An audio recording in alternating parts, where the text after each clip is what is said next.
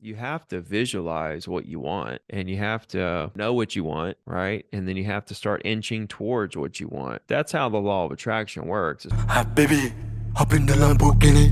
I'm needy, on me only, I'm needy. Hi baby, hop in the Lamborghini.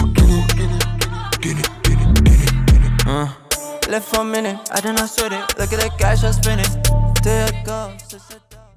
Welcome to another episode of Stroke of Success. Ladies and gentlemen, welcome to another episode of Stroke of Success with a very special guest. Let me give you a little background. I came across this individual about 5 years ago when I got into real estate, and he offers free coaching, which is unheard of in the industry where we work in. And I've been DM him time to time, and enough, he responds because these days gurus and these big time people don't have the time to do that, or they have assistant doing that. But Ricky is very unique. Ricky Carruth, welcome to my podcast. Thank you for jumping on, my friend. I know you're super busy, a big shot now, a bigger shot than ever before.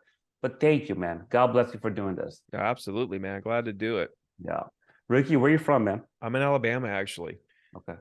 Down here on the beach. A lot of people don't know we have beaches here, but Florida extends into Alabama a good 40 miles of white sandy beaches, and that's where I grew up. Awesome. Family, what type of family? Blue collar, white collar, a lot of money, little money, mid-class? We didn't have any money. My dad was a roofer. He had his own Okay. business. My mom was a hairdresser. She cut hair.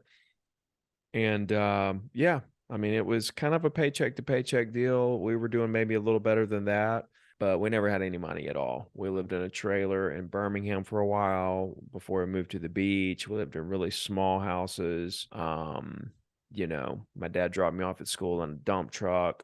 So yeah, no, coming up was very blue collar. Okay, interesting. What age does that come up? When I was in my probably mid-teens or so, I started drinking and doing drugs. It was pretty much an addiction. I was addicted mainly to weed, and that was serious. I mean, I tried to quit it many, many, many times. So I drank and did drugs for 20 years. Smoking weed kind of, yeah, I mean, you're on a roof, and so you smoke kind of to numb how hot it is and how sore you are from all the weeks of working, and it also helps you focus. So from that perspective, it was good, but then I became addicted to it, which wasn't good. And then as I got into real estate, I don't know. Maybe I could have succeeded faster. I don't think so.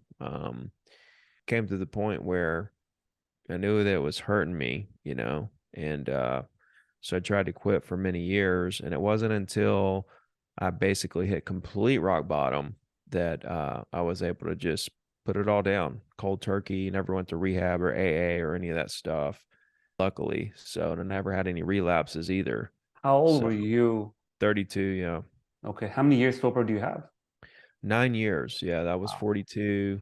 I mean, I was 32 and I just turned 41. And yeah, March 30th, 2014. So I haven't touched anything since. Drop, a puff, a snort, anything. So, and So I've had plenty of opportunities, right? And, I'm and sure. in today's world, alcohol is everywhere. It's on commercials, it's in every gas station, it's all around you. Ever since that moment, it's kind of like in 2008, I got back in real estate and I was so focused on making $1 million a year that I didn't even realize that the stock market crashed. Like I didn't even know that happened during the time, when it was happening. It wasn't until 2014, 15, 16 when I started investing in stocks that I did research and realized, wow, there was this huge crash back in 2008. I didn't even know. That's how focused I was on trying to build the business and make $1 million a year. Same thing with social media. I just ignored it, as it came into the picture. I just was so focused on what I was doing and, what works and not really letting any distractions come into play. Same thing when I quit, doing drugs and alcohol. Once I turned that focus away from that and I was focused on other things, then there's just really it's just kind of like I have blinders on. It's just Yeah, not even an issue. It's sure, not sure, even a question. sure, sure. So my viewers and listeners are that are listening and watching this, I have a few good friends that have dealt with the addiction. It's no easy joke. It's not a laughing matter. it's a disease, and I've supported my friends in AA, and I've been with them to rehab, put them in rehab, and I saw it firsthand. The people I love, and I lost some people. And salute to you, Ricky. You know, because what you for those that don't know addiction, it takes everything away from you. The fact that Ricky was able to come to his senses and say, you know what, no good, and turn his energy in building a real estate company, it's amazing. Ricky, you have a beautiful family. Beautiful family. Your wife, beautiful. Your kids. What year did you Yeah. get married? Yeah, we're 5 years married now. Our daughter's 3. And you're right, man. We're really living the dream. We've got our dream home here, our dream cars, beautiful family, everybody's healthy. It's really something. So this You're. was the plan the whole time, to build this type of life, to have this type of freedom. Do you ever get fearful, like, man, things are so good, that I may lose this all?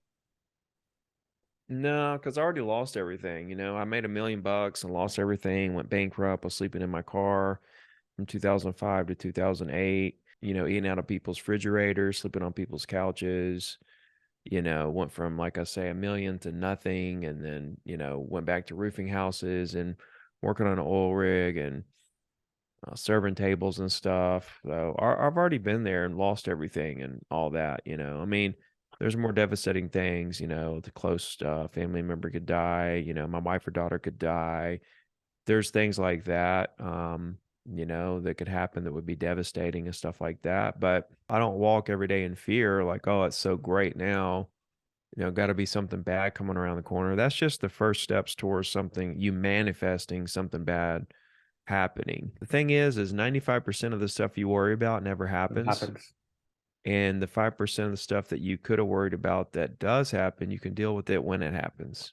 100%. And it's really a waste of energy to think about what could happen and actually Yep. worry about and stress about what could happen instead of just really taking in the great things that are happening, and really appreciating what you've got. I It's agree. just like, okay, you got all this great stuff, that you should be spending your time appreciating, but instead you're thinking about the negative things that could happen, that haven't even happened, that most likely won't happen. So no, I just don't live like that. I mean, bad things do happen, and if and when they happen, then we'll have to deal with them. But I worked hard to get to the point where I could have financial freedom and all this stuff so that I could actually enjoy it and to be happy, truly happy, which I am.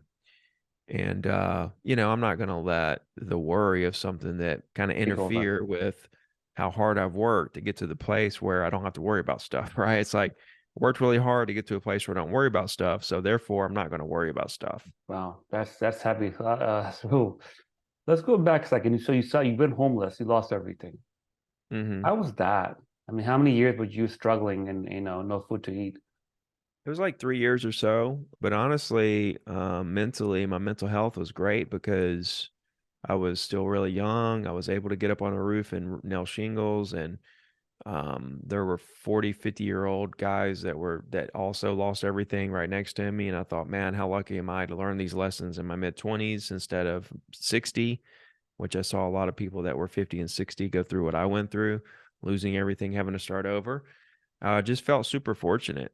And, every day when I wake up, I'm going to go work as hard as I can on whatever it is that I'm doing, whatever the project is. And so nothing really changed. I was working hard doing real estate. And then when I had to get out, I was working hard roofing houses and serving tables and doing whatever I was doing. So the day to day doesn't change much. It's like part time agents that really hate their job and want to go full time real estate. It's like, okay, well, think about it for a second, though. You wake up now and go to work and work as hard as you can and go home, go to sleep, do it all over again. How's your life going to change? When you become a real estate agent, you're going to wake up, you're going to work all day, work as hard as you can, come home, go to sleep, do it all again.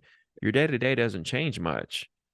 I just got up and worked hard, and I had less money, and my dreams weren't coming true like I thought that they would, but the day to day doesn't change much. And if you look at it from, wow, look at all the stuff I just learned that, I can use to really do some incredible things later on in life. It was a huge win, and that's the way I looked at it the whole time.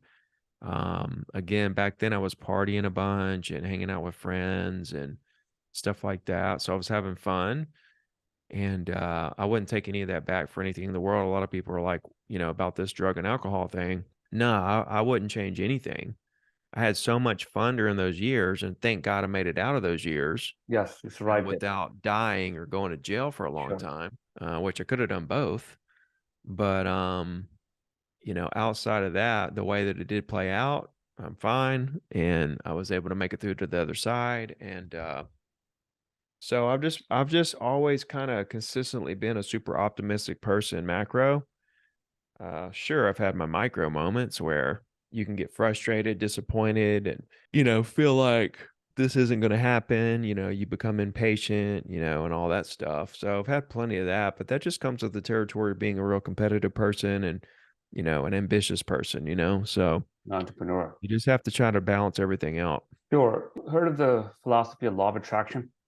Hmm. What's your thoughts on that? You put your thing mind to, you visualize, your subconscious mind has to be, baked with good thoughts and affirmations.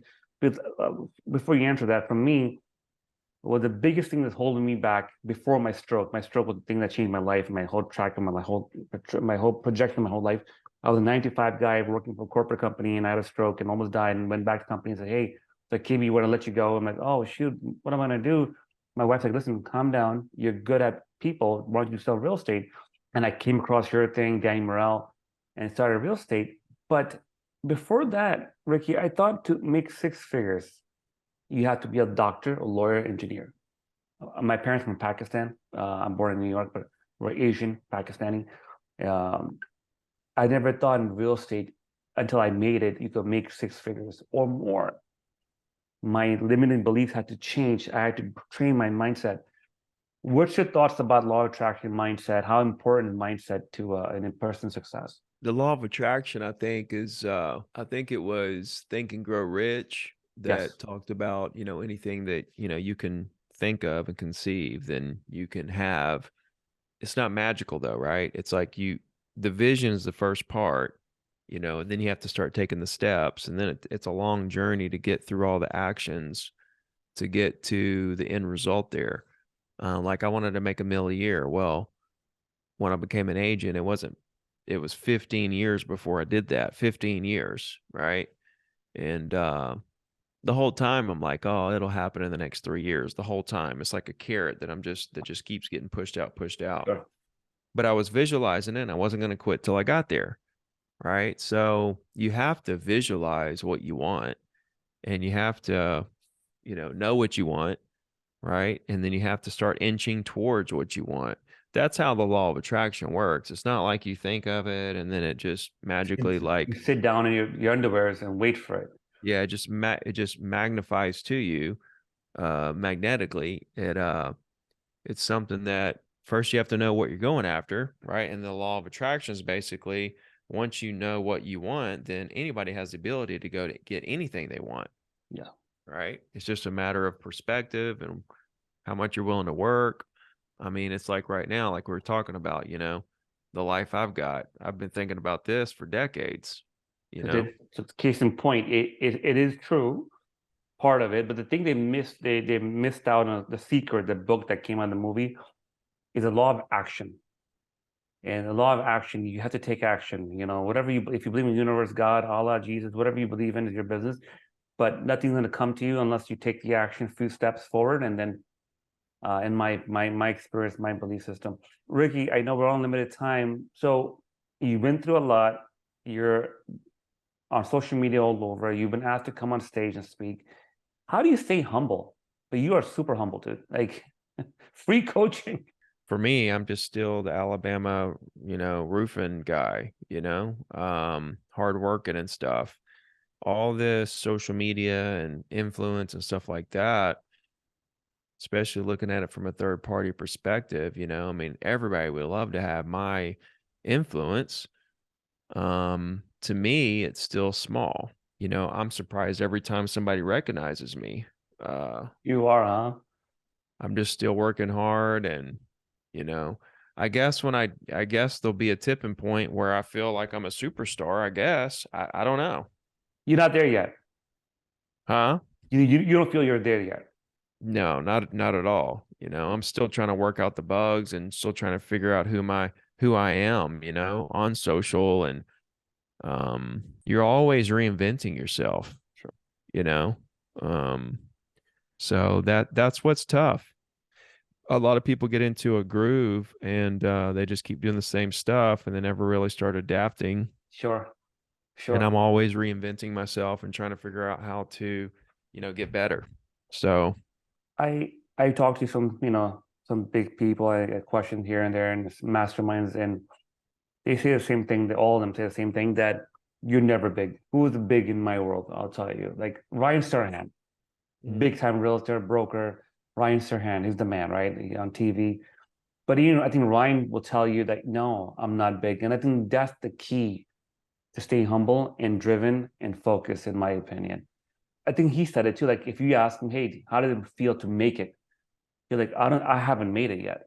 Patrick Yeah. Bet David, same thing. I'm sure you know Patrick Bet David, Valuetainment podcaster, entrepreneur. Yeah, I just He's, went and interviewed him. oh, you did? Oh, Mhm. he's my guy. He said the same thing in the interview. He goes, like, I haven't made it, and he's a multi-billionaire now. But like, that's the way entrepreneurs has to be wired. But once you tell yourself you made it, Ricky, in my opinion, you gotta slow down, get comfortable, and then everything's gonna go a different direction. So as an entrepreneur, I think until our last dying breath, we have to just tell ourselves, yeah, we're not there yet, and just go through the process, in my sense. Right. Ricky, I have a lot of young entrepreneurs watching my show. I'm still a new podcast. Thank you for giving me a chance.